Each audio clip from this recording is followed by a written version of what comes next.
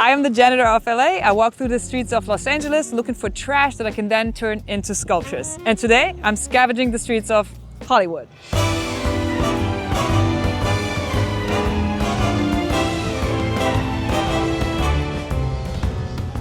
Last week we went to the LA River to look for trash, but it turns out there's zero trash there because people there use all the resources. So this week we're going to the polar opposite. We're going to the richest area of the city, the Hollywood Hills, and let's hope we find better trash there. It's not real. There's an actual treasure chest. Hey, is this trash? Oh, you're grabbing it? Yeah. Oh, okay. Okay, people were quicker. This is the first time we actually have competition. So maybe that's a good sign. This is fun.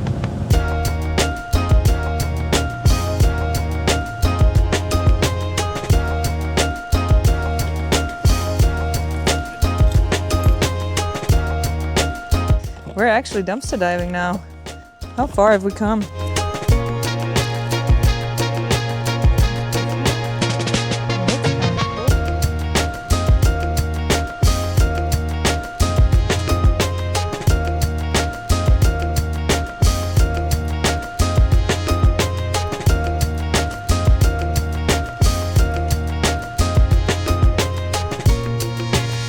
Okay, this might have been the most frustrating day. We've been driving around for 4 hours. We found nothing, and I was so close to giving up, but then I saw a sign. So let's keep going.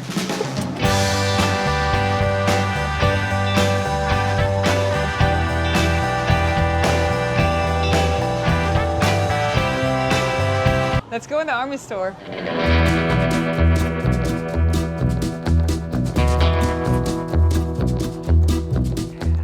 We need stuff that makes us look like we're actually working for the city. If that's a janitor of LA, like in an official font. Okay, let's get this. Bye.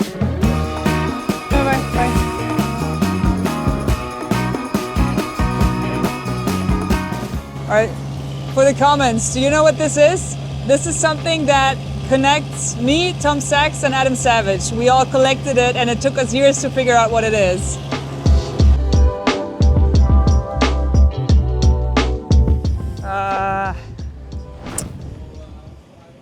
I mean, honestly, I'm pretty desperate, so I think this is the best bet we have so far. A dirty-ass microwave. Super gross. Oh, no, I don't know. I think they put an egg in there. There's eggshells, and I don't think, no, that's pushing it. The whole thing, it's not staged. So if we don't find anything, we don't find anything. We still have our drive back, but it's getting late. I gotta pick up the kids. So this is like another 30 minutes we have, and then that's it for this episode.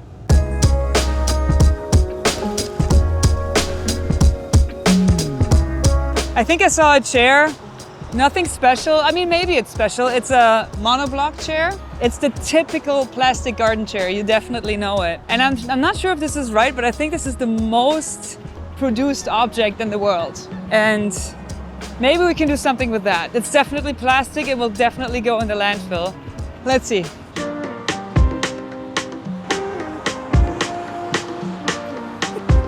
Desperate times. It's not even broken, so I can fix it. It's just ugly.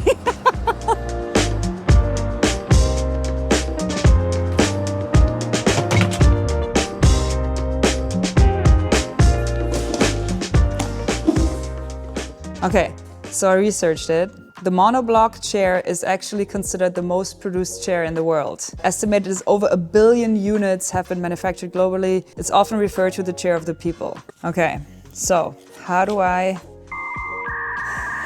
And that's the whole challenge of the janitor concept. Not only do we have to rely on finding something interesting, then I have to rely on being able to turn it into something, right? And this might be the hardest challenge. This is probably the equivalent of a white page, the monoblock chair, the most produced chair in the world. There's literally nothing special about it. How dare you? How do we make it special? It's not even broken. If it was broken, we could have an interesting way to fix it. I think we need a feature. I mean, it would be cool.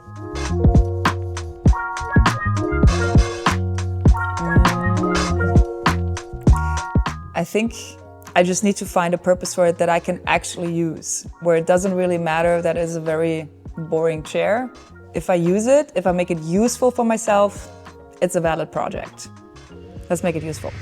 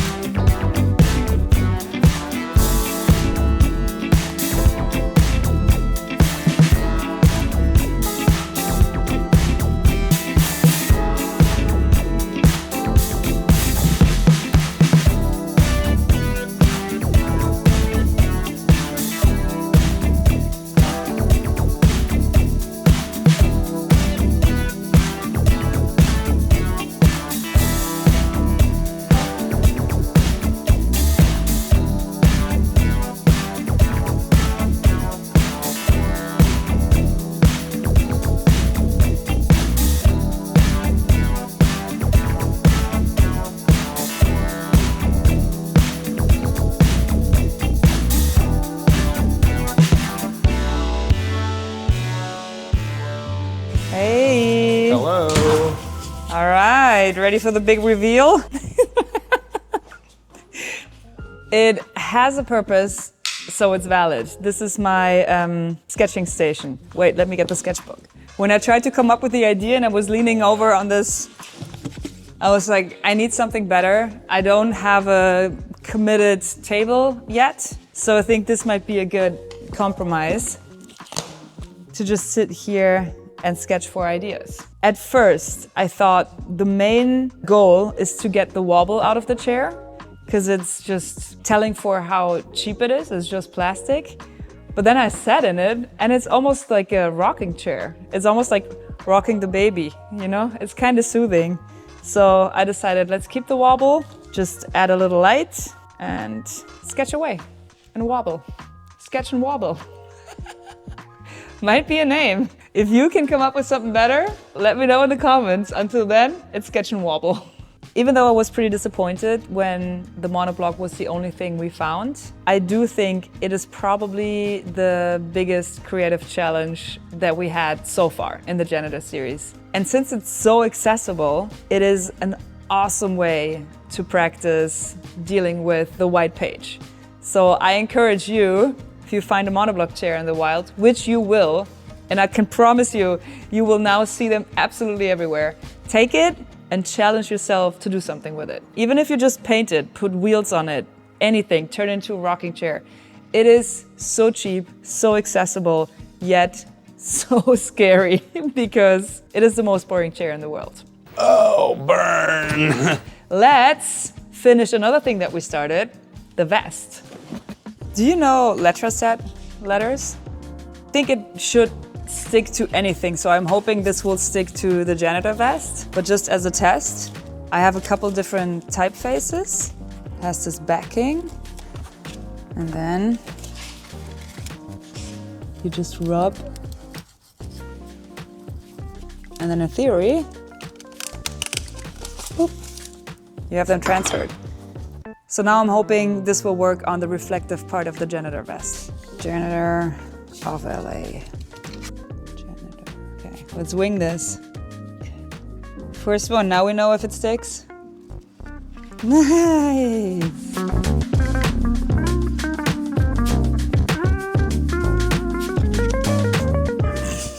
Love the spacing.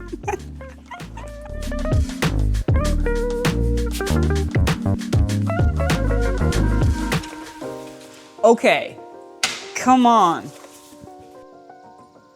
It's cool. I think it does look kind of cool. I mean, yeah, the spacing is off, but not everything has to be perfect. Better done than perfect. And we didn't spend any money, we didn't waste any time. We did it ourselves. Hi, Smoothie. Komm her. Mal hier sitz. I hope you enjoyed this video as much as I enjoy my new high visibility vest and my new sketching chair. And I'll see you next week with a new video. Bye.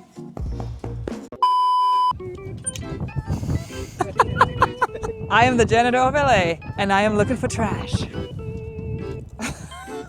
Please don't use it.